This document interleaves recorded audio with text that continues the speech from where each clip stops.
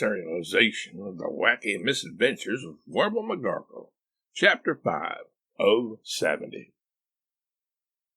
Warble fears an attempt on his life. All right then, Mary, here's what we've got to do. They're obviously after us. We've got to give them the slip, and pronto. What do you mean? Who is after us?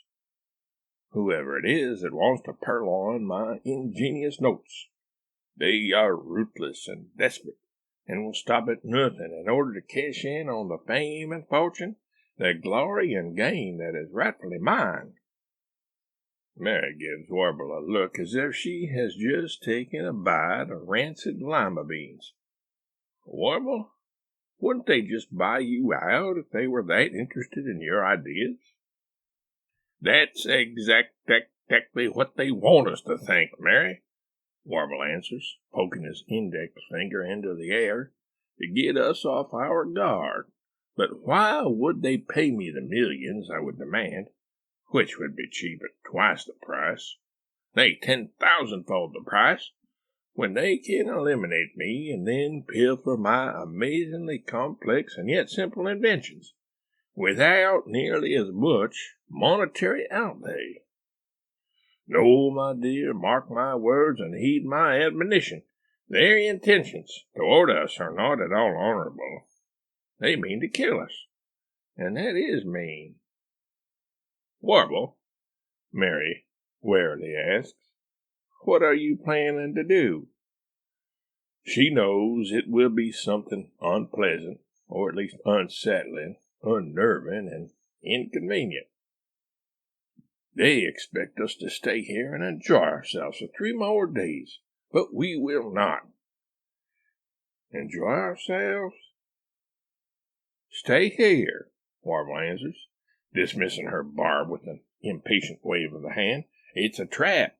They expect to be able to keep their eyes on us here, or back home in a kind of a walk. We will have to go into hiding. Oh, Warble, do we have to? Mary whines, exasperated. The begonias will die if she leaves them unattended. Yes, I'm afraid so, my dear. It's a matter of life or death. Are you sure?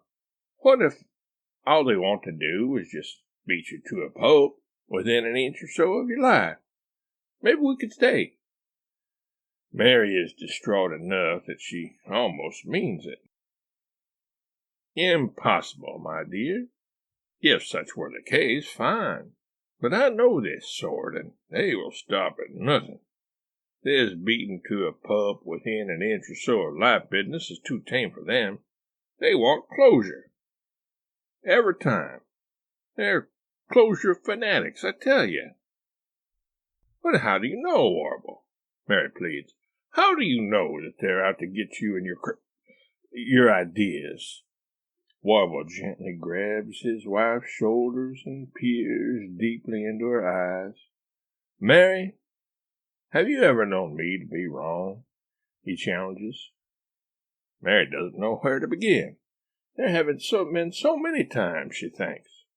She also knows it is best to be a little circumspect and not be over hasty in providing an example. Well, she says, and then hesitates, pretending to be having a difficult time remembering a specific instance. What about the time you thought that golf was a Scottish plot for world domination? Note, for the edification of the reader, Mary is referring to the following article, which Warble had written for the local newspaper, the Economowoc News Service, edition 7209, Wednesday, 25 July 2001. Circulation 157,122. Breaking story. Warble McGorkle, Economowoc correspondent. Economowoc, Wisconsin, USA. Glasgow Herald, 24 July. King admits golf hoax. In an announcement that has stunned the world, Angus MacAtack, King of Scotland, admitted that golf is an elaborate hoax that his country originated in order to achieve world domination, a hoax that has been kept alive for hundreds of years. Speaking at a recent meeting of the UN, Macatech revealed the following. 4 years ago or so, our forefathers plotted eventual world domination through the dissemination of the activity which some in error refer to as sport. God was invented in order to gradually bring into subjugation all other nations of the earth. Our intrigue has been very successful. Formerly productive farmland has been replaced by golf courses in community after community. Water needed for basic necessities has been squandered in keeping these courses green, and the courses themselves present dangers to livestock in the event people were to try to reverse the diabolical trend and turn the golf courses back into grazing land. This danger is caused by the holes, which are strategically placed as booby traps for the unsuspecting animals, most especially bovines and such. Unaware of the presence of these holes, which resemble those inhabited by prairie dogs, said livestock step into them and break their legs, which results in their untimely demise. The ultimate result is that the food supply of golfing nations is disrupted, and its people suffer hardship, malnutrition, and even starvation. Engaging in golf instead of more traditional sports such as football, basketball, baseball, tennis, and even dodgeball has also led to the gradual disintegration of the general health of entire populations throughout the earth. Moreover, added the king with a grin, it is not a coincidence that the word golf is flog, spelled backwards. Our stratagem has actually been too successful, the king lamented. It has gone far enough. The world's supplies of rye are now being affected. To think that modern sophisticated peoples would flock to such an activity in ever-increasing numbers is almost inconceivable anyway. The fault is not completely ours. The subscribed clothing alone should have been enough to make it clear to anyone with half a brain that the whole matter was a joke. Doesn't anybody pay attention to what people in Scotland themselves do? Nobody in Scotland ever played golf. Nevertheless, we feel really guilty about the chaos, confusion, and truly ugly clothing styles that have resulted from our misguided megalomaniacal deeds of so long ago.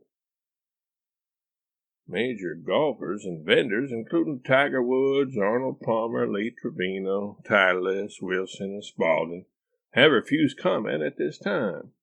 Your humble correspondent stated that he has suspected this for a number of years and will bravely continue to expose other tricks foisted on a gullible public. In a related late-breaking story, usually reliable sources are stating that a similar confession may be forthcoming from Mia Hamm and Pele concerning soccer, and hacky sack spokesmen have been denying that their product is an internal prank gone awry. Now that this information has come to light, American author Mark Twain has been vindicated.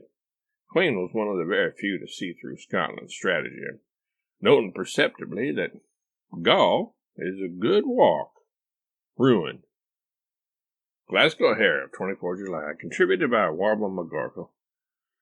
Mary, Warble says with a tone of exasperation, haven't we discussed this before to your complete and utter satisfaction? As I told you, my theory has never been disproved. But Warble, it isn't true. And how do you know that it isn't? Can you prove it? No. And why can't you prove it? Because it is true. Warble, honey, can you prove that it is true? Mary asked, as tactfully as possible. What? Warble asked incredulously. Why are you trying to twist things around, Mary? It was you who accused me of being wrong. The burden of proof is on you, the accuser. I don't have to prove a thing. The nerve! To accuse me of being wrong and then demand proof that I'm right. Ha! I'm not falling for that old barrister's trick. Mary sees that it is senseless to continue the struggle. All right then, Warble, what do you propose we do? As I said, Mary, we must go into seclusion. We need to lay low for a while, until the dust settles, anyway. Goodbye, begonias, hello, road trip, Mary tells herself. Life with Warble is seldom boring, but sometimes I wonder if I should have married Mike Rocausen, the slap-happy vacuum cleaner salesman. At least I could tend my begonias and not have to go traipsing all over creation, fleeing from who knows why. So, what's your plan, Warble? What have you got up your sleeve?